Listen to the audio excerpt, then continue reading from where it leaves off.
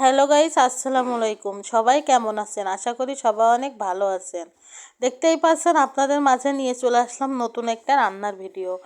এটা তো জিয়েল মাছ, এই মাছটার ভিডিও কালকেও দিছিলাম। আমাদের ভাষায় এটা আমরা জিয়েল মাছ বলি, কিন্তু এটা আবার শিং মাছ, ঠিক আছে? বইয়ের ভাষায় যেটা বলে। তো মাছটা প্রথমে আমরা ভালোভাবে এইভাবে মাখিয়ে নিয়ে জাল দিয়ে নিছি। জাল দিয়ে নেওয়ার পরে এখন রান্না হবে পালং শাক। দেখতেই পাচ্ছেন মাছটা জাল দেওয়ার পরে ওই যে কড়ার ভিতরে কিছুটা পানি দিয়ে দিছি, যেটা বলে ঝোলের পানি। এখন এই ঝোলের পানির ভিতরে দিয়ে দিচ্ছি পরিমাণ মতো লবণ, হলুদ এবং সয়াবিন তেল। এই পানিটা যখন গরম হয়ে যাবে, উতলিয়ে আসবে, তখন আমরা এর ভিতর দিয়ে দেব কেটে রাখা পেঁয়াজ, মরিচ, রসুন এমন আলু। তারপরে দিয়ে দেব সেই কেটে ধুয়ে রাখা শাকগুলা। এখন এই শাকগুলা এর মাঝে দিয়ে দিচ্ছি, আপনারা দেখতেই পারছেন।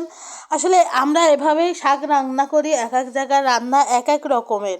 তো এভাবে একদিন সবাই শাক রান্না করে খেয়ে দেখবেন কেমন মজা হয়। সত্য বলতে আমার শাক রান্নাটা অনেক মজা হয়েছিল। দেখতেই পাচ্ছেন, কালারটা দেখলেই বোঝা যাচ্ছে, তরকারিটা দেখেই বোঝা যায় যে খাবার খেতে কেমন হবে। তো শাকটা কিছুক্ষণ নেড়ে চেড়ে এখন আমি ঢেকে দিচ্ছি। ঢেকে দিয়ে কিছুক্ষণ জাল দিতে হবে। এখন শাকটা অনেকক্ষণ জাল দেওয়ার পরে ঢাকনাটা উঠিয়ে দেখলাম যে আসলে কি অবস্থা। এখন দেখাই যাচ্ছে এর মাঝে অনেকটা কমে আসছে। কতগুলো শাক দেখা যাচ্ছিল আর এখন কয়টা হয়ে গেছে। শাকটা বেশ কিছুক্ষণ জাল দেওয়ার পর এখন আমি সেই জাল দিয়ে রাখা শিং মাছগুলা এর ভিতর দিয়ে দিচ্ছি শাকের ভিতর। দেখেন মাছ দেওয়ার পরে শাকটা কি সুন্দর দেখতে হয়েছে।